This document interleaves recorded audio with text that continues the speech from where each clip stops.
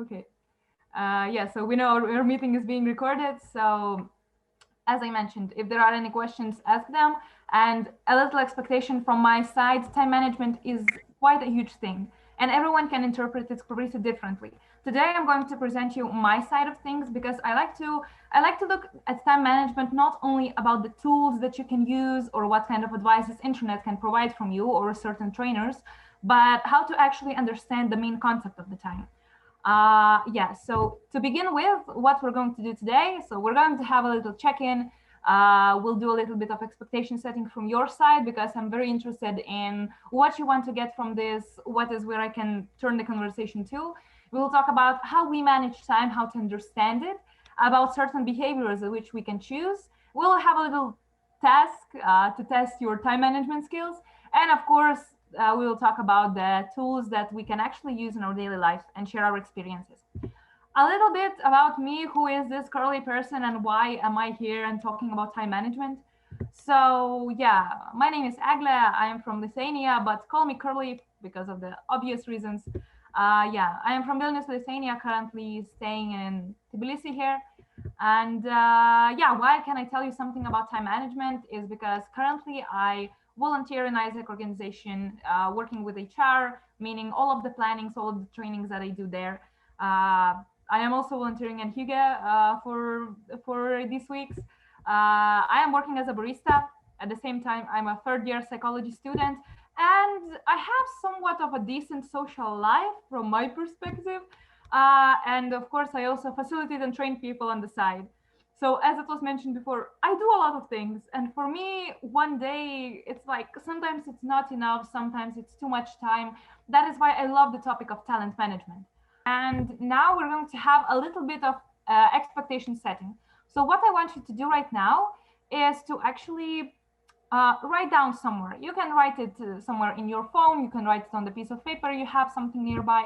So the first thing that I want to ask you is to write down uh, up to three. So it can be one, two, or three, not more. I know we can have more, but up to three areas in your life that you might have time management problems in, or maybe you have some sort of achievements in time management, meaning you manage all of the things that you do. So let's have a minute around to do that.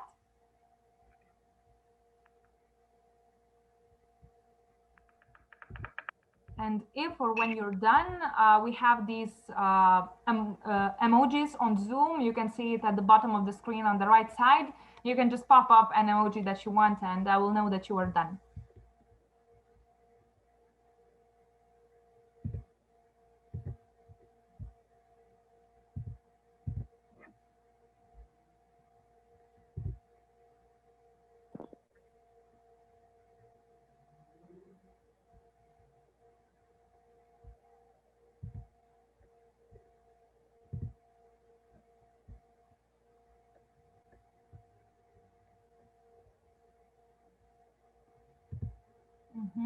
I see some people are done.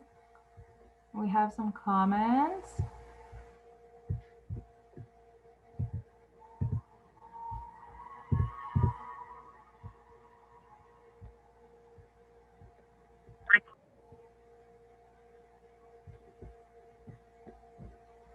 I see work, I see personal life, free time, work, family time, leisure time. Okay. Sorry for the noises, the streets are loud. Okay, yes, work, home, family, sleeping, being late, reading. Oh, yes, through that. Studying, yes, hello. Okay, so I see that all of you can identify, at least three places in your life where you might have some time management problems or achievements in. Work, study, personal life is the main things that we see. So let's go to the second part. So think about what do you expect to learn from today? And this part, I would like for you to write in the comment section, in the chat section, because I would love to see that. Or if you want to speak up, you can also say it. Let's have one more minute for that.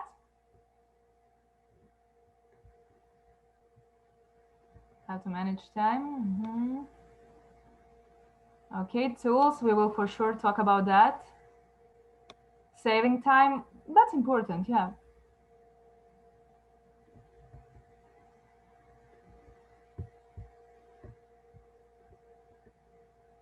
Okay, one more comment and we're moving forwards. To be able to manage time rationally. That is a very good point. So we have our expectation setting thingies ready. You know, we all know what we want to learn from today. So let's go into the time management from the theoretical perspective. Because I just want to present this to you because to be able to manage time, we need to understand what this consists of. And one of the main questions that we can ask ourselves are, so how do we actually manage time and why do we manage it? Why everyone says that, oh, it is important to, I don't know, use a calendar or be on time, or how to put together all of the things that we want to do, you know, sleeping, reading, studying, work life, social life. Because if we write a list of things that we want to do each day, that list can be huge or that list can be small. And if we add, for example, procrastination to that, sometimes we cannot manage to do all of the things that we want to, all of the works that we actually have to do. So just to answer the question, how do we actually manage time and to understand it, we have to understand how different cultures and different people actually see time. So for example, if we're taking Western cultures, they tend to view time as a line.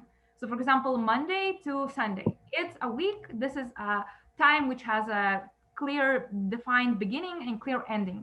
And time itself is viewed as a limited supply, which we can see in our workplaces, in the universities, because we have strict deadlines. We have to make them on time. We cannot be late, and all of the things that are included to that.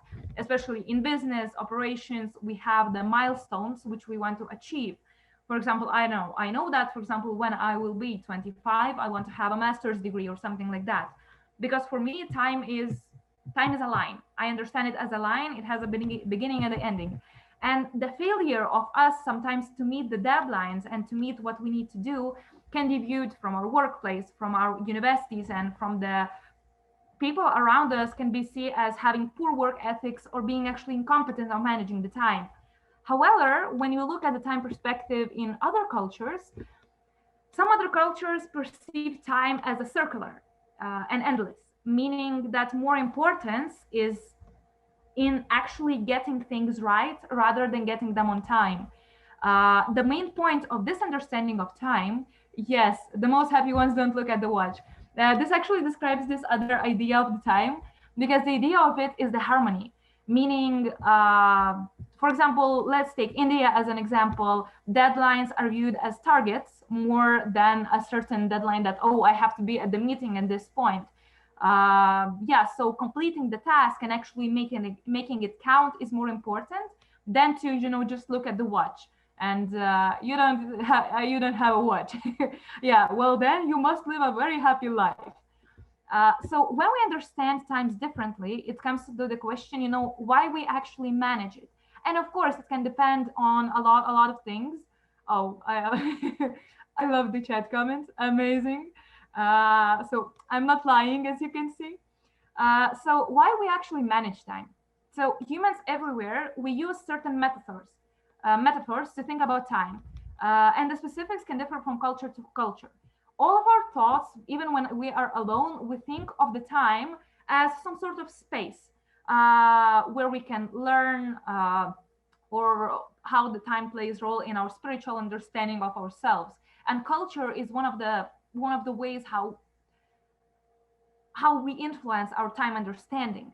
Yeah, I can give you an example here right now. For example, back in Lithuania, I had a friend who came to me she was from South Africa, if I'm not wrong. And we arranged to have a meeting at 3 p.m. And I was waiting for her for around 3 hours, meaning that I was waiting for her and calling her, and she was like, yeah, Egle, I'm on my way. I'm getting ready. I called her 1 hour later. Yes, yes, yes, I'm almost driving. And because my understanding of time is linear, meaning that, if it's 3 p.m., we meet at 3 p.m. For her, it was different. And actually, yes, I was waiting for her not for 3 hours, but for 5 hours. And all of the places where we wanted to go were closed. And that is just one of the examples how people understand times differently. Is everything clear about this? like time understandings and how it differs. Ah, I see a thumbs up. Okay, thumbs up. Amazing. Let's move forward. So when we manage time, we also have to, when we understand time as a certain, idea, as a certain theory, we actually have to understand how additional perspectives influence us in time management, how actually we are managed by what is around us. So of course, our environment shapes us. That is why, for example, if you are most of the time late, it might be something that, I don't know, you don't wake up early enough, or I don't know, from the childhood you were like that. And this is something that forms as a habit. Our perception of the time, if we see time as not that important, as I talked before, we will not take a huge notice to that. We will give bigger notice to the meaning that it gives us. Of course, habits, as I mentioned before, and other people. And the main problem we most often face here, in the term of how are we managed, is that if we do not manage ourselves, if we do not understand our own time and what we need to do, what we prioritize, do we want the task to be done on a deadline, or do we prioritize our inner harmony? As dumb as it might sound, all of these other tasks, deadlines, I don't know, parents, university, teachers, friends will be managing us, because we will not be owning our time. We will be just, oh, I need to do this, I need to do that, I have this organization, I have this meeting. And what happens then is we say, oh my God, I want to have more than 24 hours a day, or oh my God, I have so many tasks that I need to do and I just cannot focus. That is why we feel that 24 hours are not enough, because we're most often shaped by the things around us, and we're not prioritizing certain things into a little blocks or into the main goal that we want to reach. Any questions about this, or any comments? How maybe you see that you are managed by your environment?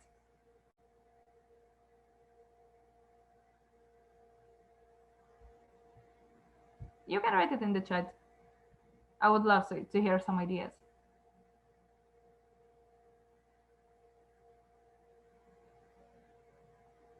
Because I personally feel that if I don't care about my time, I spend it on my friends, on deadlines, on, I don't know, binge watching TV series and not doing anything productive.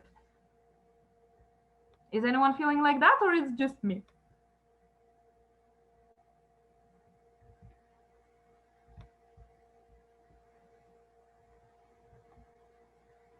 Uh-huh. Yes, that is a very good point. Being outside makes us motivated and refreshed instead of lying in bed. That is a very good point. That is why a lot of work ethics, and when we were focusing on the remote work, when the pandemic things happened, it was, most of the rules were, okay, make your workspace, take time for breaks. Okay, thank you for sharing.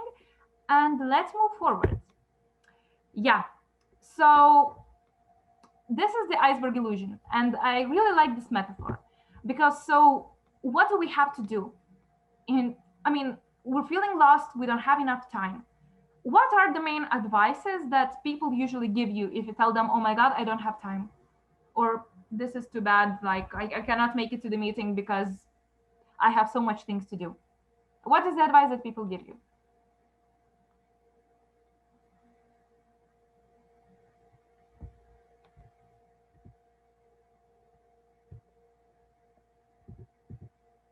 Once again, chat option is open, and I'm going to try to be 5-10 minutes earlier or meeting. Yeah, that happens. Some people even set their clocks a few minutes, forward, so that they would not be late. Anything else?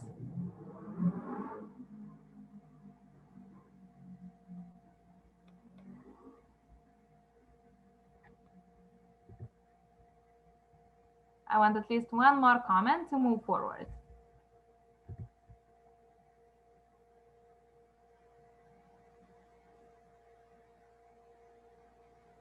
No, come on. You talk with your friend. You talk with your colleague. You can make reminders. You can make reminders of phone. Yes. Thank you so much for sharing. That's so nice when people talk to me. Okay. So Yes, as you said, when we talk with people about time management, they're full of advices, full of things. Okay, you need to prioritize things. Okay, you need to go everywhere 10 minutes earlier. You have to set up an alarms. But if my phone is full of, like, I don't know, 10 alarms day to day and they're all named, I don't know if I could go on like that for long. And that is the thing. That is why I like the iceberg metaphor. Because as basic as it is, usually what people see, you can, if you want to do the screen bigger, you can just zoom in on the image. Because the top part is usually what people see.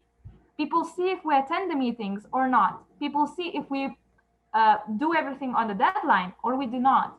And the success is usually what people see. That is why, for example, when you follow people on the various of social media, uh, people, yeah, okay, I will talk slower.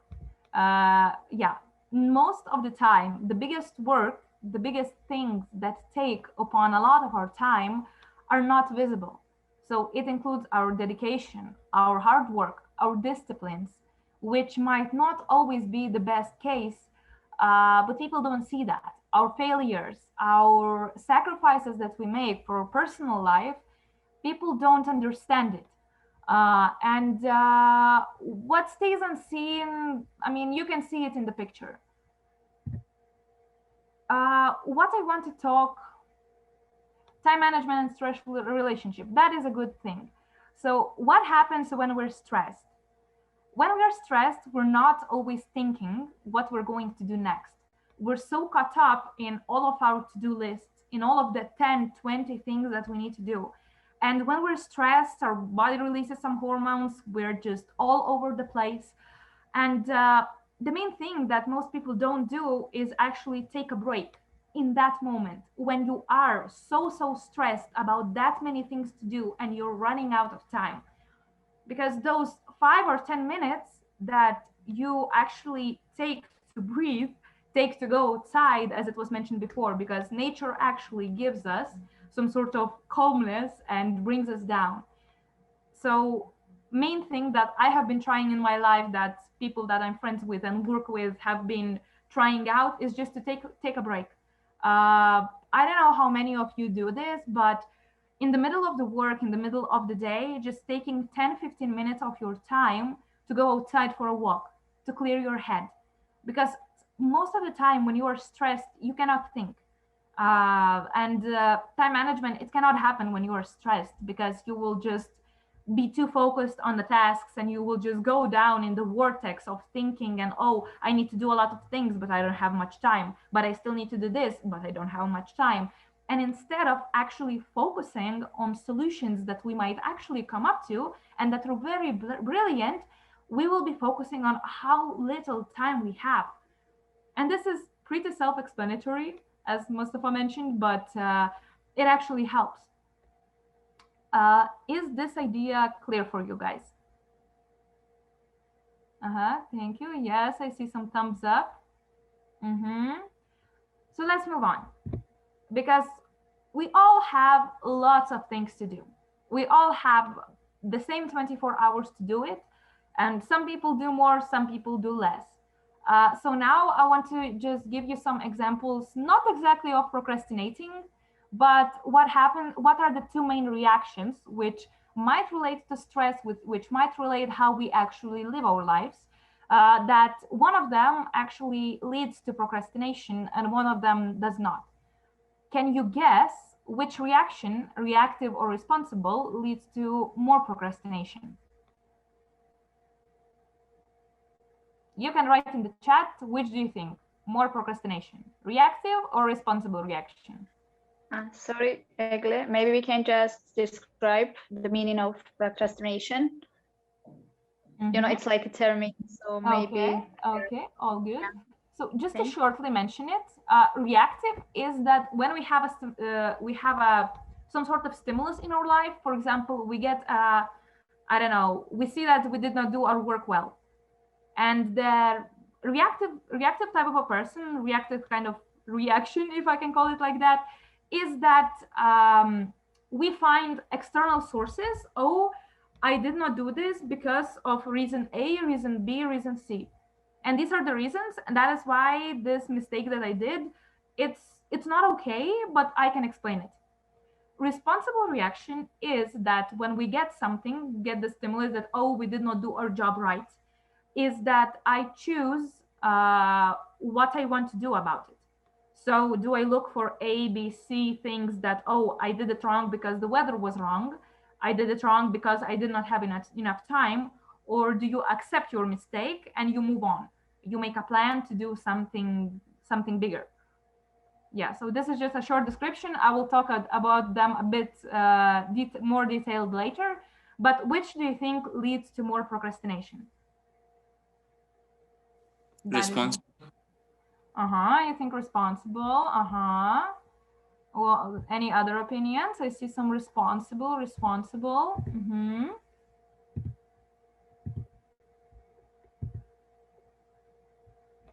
One more comment and I will tell you which one it is.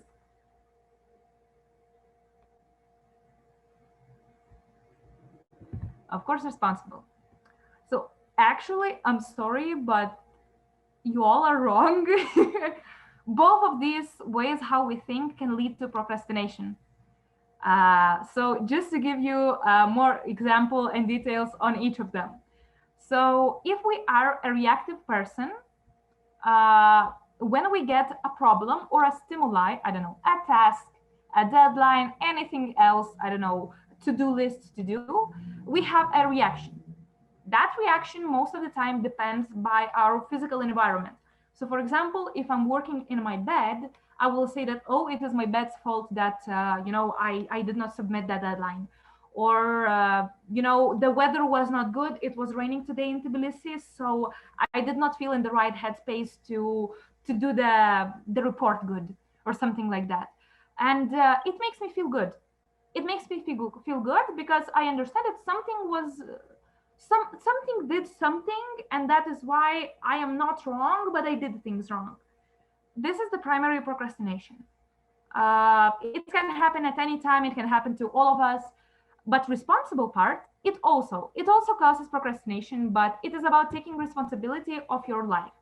You can't keep blaming everyone and everything, like your parents, grandparents, I don't know. Oh, my mom is asking me to do some housework. That is why I could not complete one thing or another. Proactive people actually recognize that I am the responsible person. I will not blame my genetics, circumstances, or conditions to say that, oh, I am a better person that, that could have filled this report.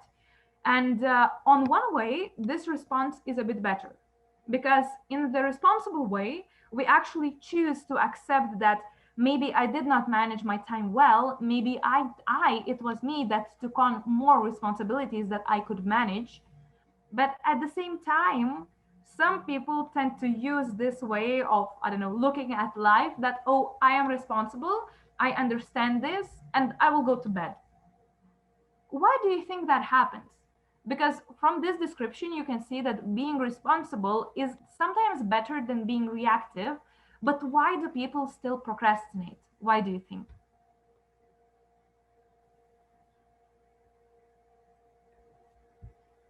Maybe because it's like easy to blame the environment. That's true. We never want to feel guilty. Any other ideas? Maybe they need an accountability factor for them. Yes, accountability is a very great point. Yes, to repeat my question, why people procrastinate? If you know what the procrastination means. It means, having the deadline, but watching TV series or laying in your bed till 3 a.m., just doing nothing. Why people do that?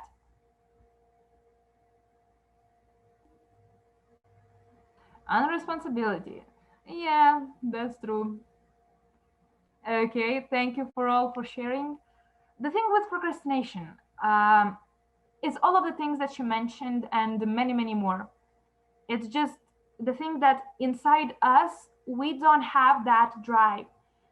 We don't have that drive to get up in the morning for the early lecture because we don't see a long-term happiness, or we don't see the harmony within ourselves, that if I go to that lecture or if I will do that deadline on time, that's not good. Also, a very good point, just checking how fast we are.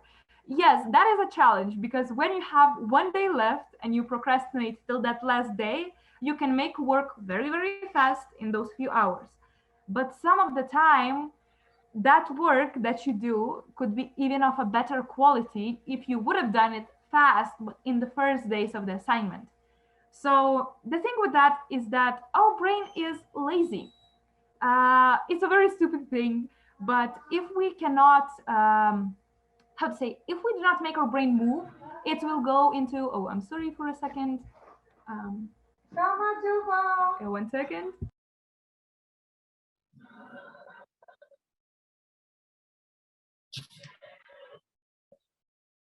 Okay, sorry about that. Yes. I was talking about brain. Yes.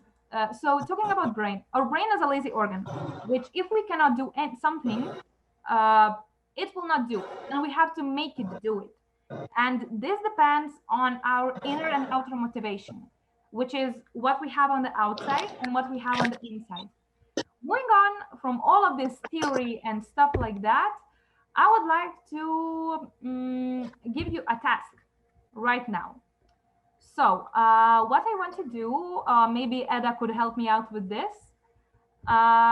Yes, you will have 7 minutes, and I need, Eda, are you here? Yes, I'm here. Yes, yes. So I need you to put participants into 2 breakout rooms after I explain the task, okay? Okay, thank you. Oh yeah, and we have a comment. If you love what you do, you always do this in the right time and you will not be late. Yes, I really agree with that. You have to love what you're doing enough so that that thing that you love would wake you up in the middle of the night. That is one of the main things. So now about the task, because I want you to not only listen to me, but do something practical. You will have 7 minutes in the breakout rooms that you will be in.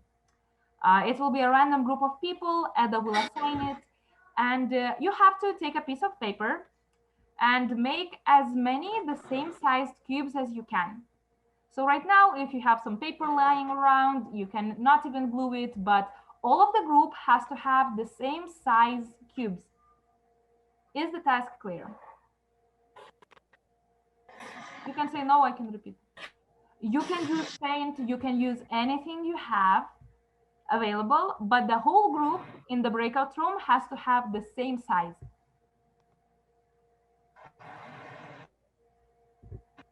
Yeah. And additional task for those who want to be a bit more challenged, one side of each cube has to be colored. So take a picture of this task and Ada, if you can put people into 2 breakout rooms, that would be great.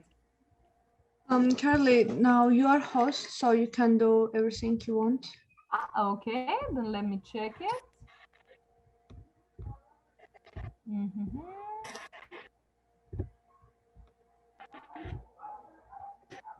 Okay, I am opening.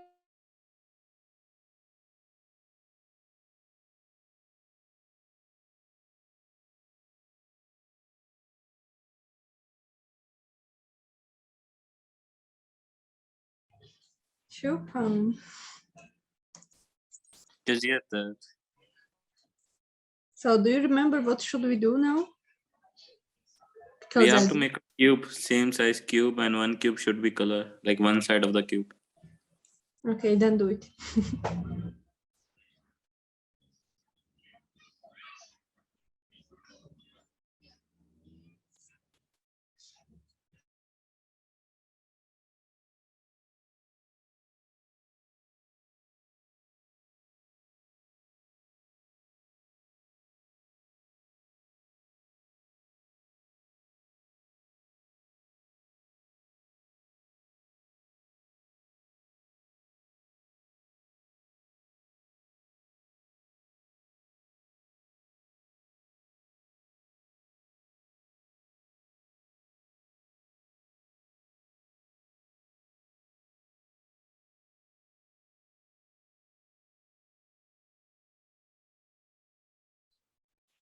Guys, as I know now, you should like talk about your topic or not.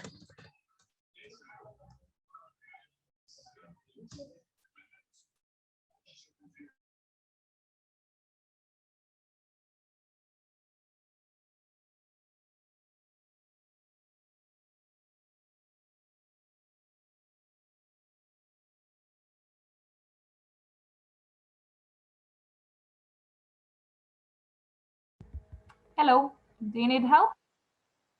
Hi, I guess yes. Okay. So, what help do you need? I actually don't know. Maybe you can ask it for like other participants. Shubham, for example. But it's like cube, but wait, sorry, yeah. It's like cube.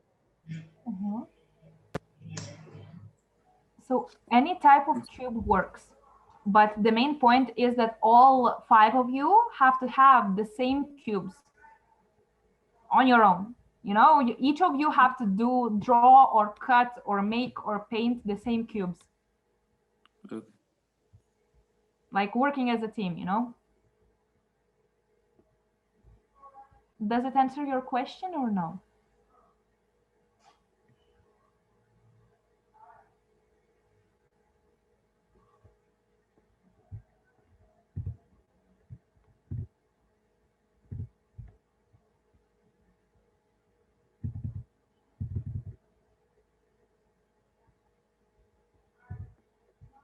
Okay, so if you will need any more of my help.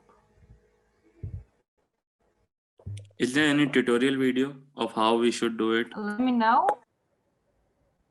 Or can you show it? You have to figure out you actually have to figure it out by yourselves.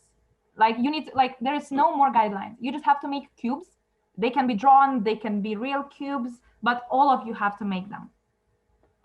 Okay. Yeah. You will see why later. Okay, if you will have any more questions, let me know. I will be in the main room.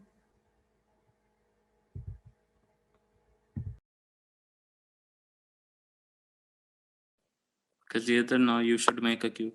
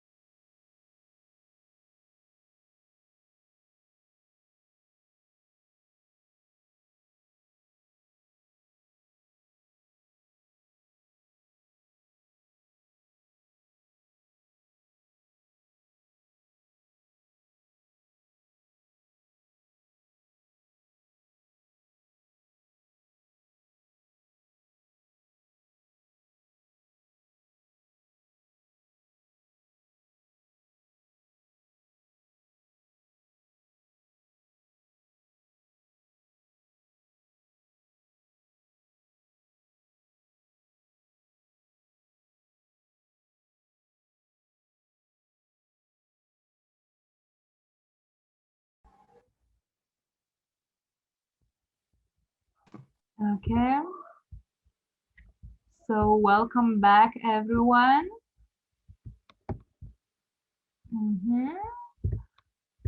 So, as we are almost all back. Okay, people are still coming back.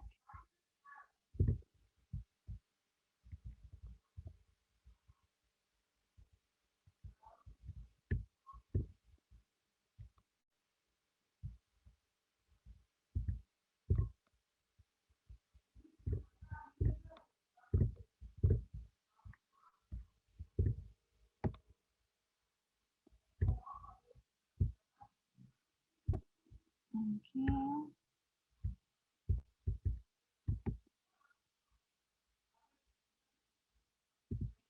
Okay, so while people are still gathering back, yeah, so before you get to know why we did it, I want to ask you, so how was it doing it? Was the time enough?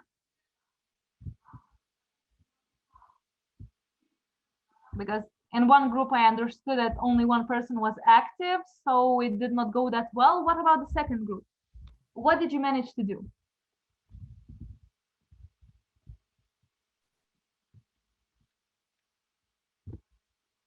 Can you maybe... Can I start? Sorry? Can I start? Yes, of course. Okay. It was really hard for me because I had no mouse and joining this meeting with computer, I drew them on Paint. Okay. And then was the time. Yeah, time was enough. I had not any problem with time. What would you do differently? I didn't do anything differently, and I didn't know that we should be colored them inside of them. Okay. That's all about me. Okay, thank you for sharing. Did your whole group did the same size of the cubes?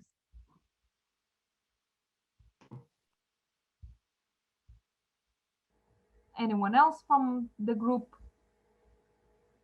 or no? Actually, our group doesn't know why we are going to do it. That's the thing with these tasks. You don't always know why you're doing them, but you have to do certain things.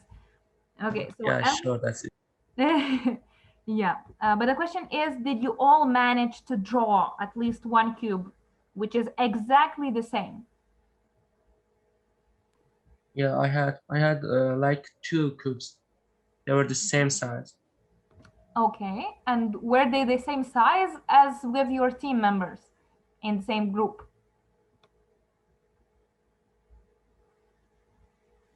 I have a question.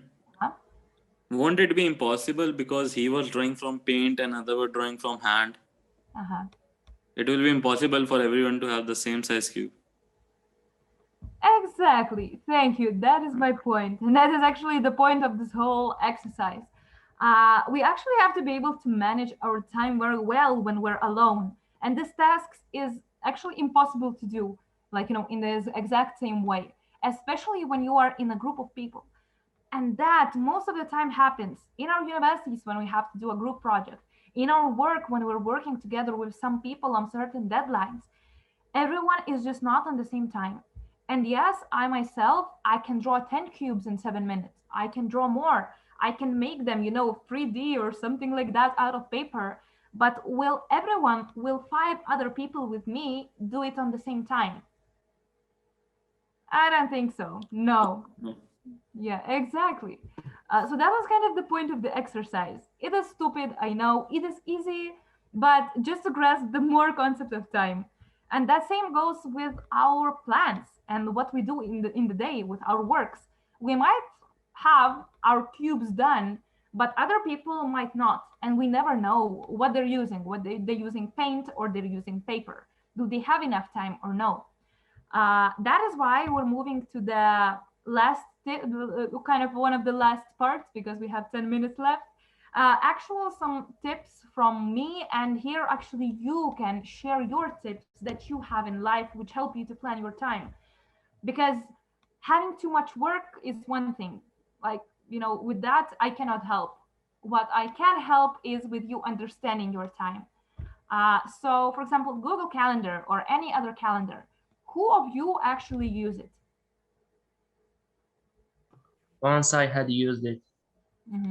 And how did it go? Nothing. There was a match, the football match. I had notice to remind me Google Calendar, and when it reminded me, I had not connection about internet, and I had not saved. Yeah, I wanted to say the same. I had internet problems, and then everything was failed, you know, because of that. So after that, I never used this Google Calendar.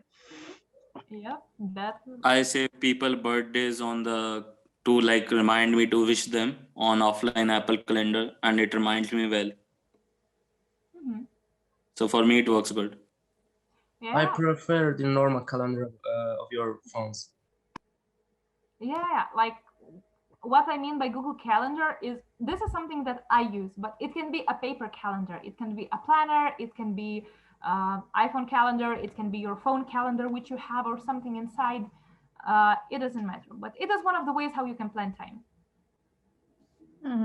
That's true. I will show you my. Wait, can you see me?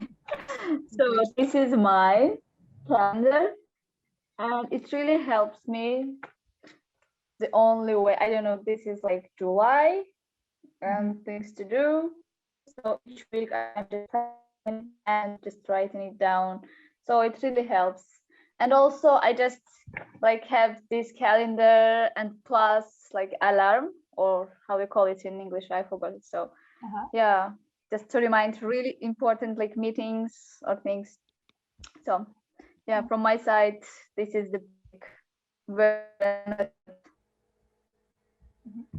And that is one very good way how you can combine two main things, you know, the same alarms and the calendar, writing something down physically and writing down something, you know, in your phone.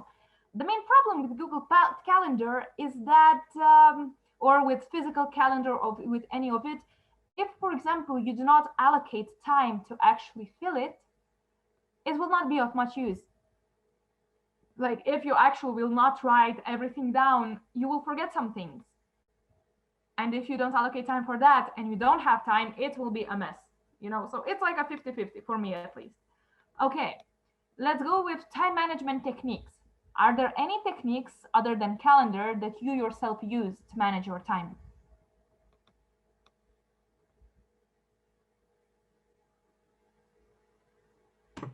Yes, I use, for example, I use my responsibility and I mix my responsibility to the time management, and I get really good, really good results about management time. Yes, that is an amazing point. Because responsibility, the thing inside us that wakes us up, is actually one of the best ways to manage your time and to actually make sure that you are doing something. Okay, we have a comment. Notion, a website for management, workflow, and also time. I did not know this. I will write it down. Okay. That is interesting. Nice. Okay. Some of the examples of time management techniques. Oh yes, Monday.com. I know this one. Okay. Okay. Yes, tips and tricks. If you have any tips and tricks, write them in there. Another time management technique or thing that you can do is also like the important, not important matrix, which means you have two lines. On this, you write important. On this, you write not important. And in these squares, you write down which things are so important, which are not, which helps you when, for example, you are stressed, as we talked before, and you do not have enough time. You can actually start to, even when you're stressed, if you really don't want to take those 5 minutes to calm down, in this important, not important matrix, you can write down all of the things that you have to do. It takes a bit of time, but it puts your mind into perspective of what you actually have to do. Any comments? Actually, I guess there was like, yeah, I just wanted to like make a short comment about this important, not important metrics. As I know, there is also like necessary and unnecessary, you know, important, necessary, important, unnecessary, like, you know. Yes, that is a very good thing. This is like a bit of more of a, like another step for this matrix. If, for example, you have a bit more time or you are not that stressed, you can also mark the things that are important but not urgent, or important and super urgent. So that means the same with not important things. Then in this matrix, you can actually see what is the importance of the things that you want to do. That is a very, very nice point, Julia. Thank you. Okay, Pomodoro technique. Anyone used it? Anyone had any successes with it? I have used, but no success. Okay. Yeah, I had learned this nearly since 2017, but I haven't used it still. Yes. But people who use, they say me really it is necessary to learn and to do, also to use. Yeah. I mean, the idea of the Pomodoro technique is that you take 20 minutes to learn and to do something, then you take a 5-minute break. And then you repeat this process for an hour or for however long you need. You have some comments? Yeah, I knew this. Sometimes maybe I use this about my workouts. And then I don't use about the studying and homeworks. Just I do it on the time, everything. Just I try to do them, and I don't need any Pomodoro. So that's very nice of you. You should be leading the space. I mean, you have such a good, responsibility and understanding of everything. That is very nice. Yeah, I had written also that responsibility is more necessary. Yeah. The thing with Pomodoro is that it's important to take breaks between things. And even studying or doing something for a little time, for allocated time, I don't know, it can be an hour, it can be 20 minutes. But after that, you have to give yourself at least a 5-minute break, a 10 minutes break. The problem with this technique is that, at least for me, if I take a 5 minutes break, it will most likely be 10 minutes break. If I take 10 minutes break, it stretches on.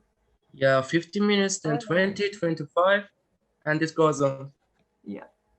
Also, you don't realize what's going on there. Actually, bad side is you can't like stop, and also when you just have stopped, you know that you have like 10 minutes, and after that I need more motivation to like start, and for me it's like hard. Yeah, exactly. When you just get so caught up into work and you have to stop because your alarm ring up. Oh, I was working for 20 minutes. I need a 5-minute break. And you're just like, okay, 5 minutes. And then once again, you have to get motivated. You have to get your brain working again. Yeah. So as I said, all of these techniques are not they're not foolproof and they're not new. And the internet is full of a lot of advices, a lot of techniques. It's also individual, Yeah, exactly. That is why, for example, for me, what works best for me is Google Calendar and Vision Board. Vision Board is something that, you put it can be digital, it can be somewhere on your wall, like a painting, something, but your goals, ideas, and why are you waking up every day? What is it that you want to achieve one day? And your action steps, how you will achieve them. For example, for me, it was, waking up early every day so that I have more of the time that I can save. It can be different to anybody. Yeah. Any more techniques or the advices that you guys have used? Yes, Trello, that was popular a few years back very much as an app. Any more things that you have used yourself to manage your time better? Journaling and prioritizing. Yeah, that works. But once again, it takes a bit of time. You have to make yourself write it. You have to allocate time. Yeah, that's true. You have to allocate like the night before to journal, or maybe you have to allocate like a week journal, like that. Yeah. Exactly. And all of the things that you guys have mentioned, all of them work.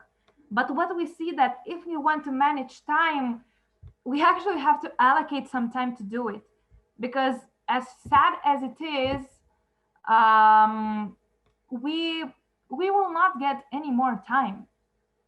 That's the thing. And before moving to the questions part, I just want to share one last thought from me to you, is that the problem is that if we actually don't have a strong enough vision, as it was mentioned before, responsibility, or something that we need to do, or something that we're passionate about, if we don't have a vision of what is important to us, no tool will help. Because all of these tools, whether it is Pomodoro, whether it is a calendar, it is just a tool, which we need more time to use it. We need to focus our energy on that. And what my personal advice, what I have seen that works for me is that when I have a goal, it inspires me. So if I have something to look forward, I feel happy. I feel inspired. I can wake up in the middle of the night. I can wake up whenever, and I will feel good about it. And I will actually allocate time to the time management, as fun as it sounds. When we are inspired, we actually create routines. We start to improvise. We know that, for example, I can allocate a little bit of time this here to actually make sure that my time management is in order, that I prioritize what I want to do, and I actually get passionate about it. And when we keep the routines, when we actually keep the improvisation, the ability to adapt, maybe we're not doing Pomodoro, maybe we're just learning how to take breaks from all of the work that we're having, it actually keeps our motivation ongoing. Here, I want to open a space for any of the questions that you have, because we're officially done with the session.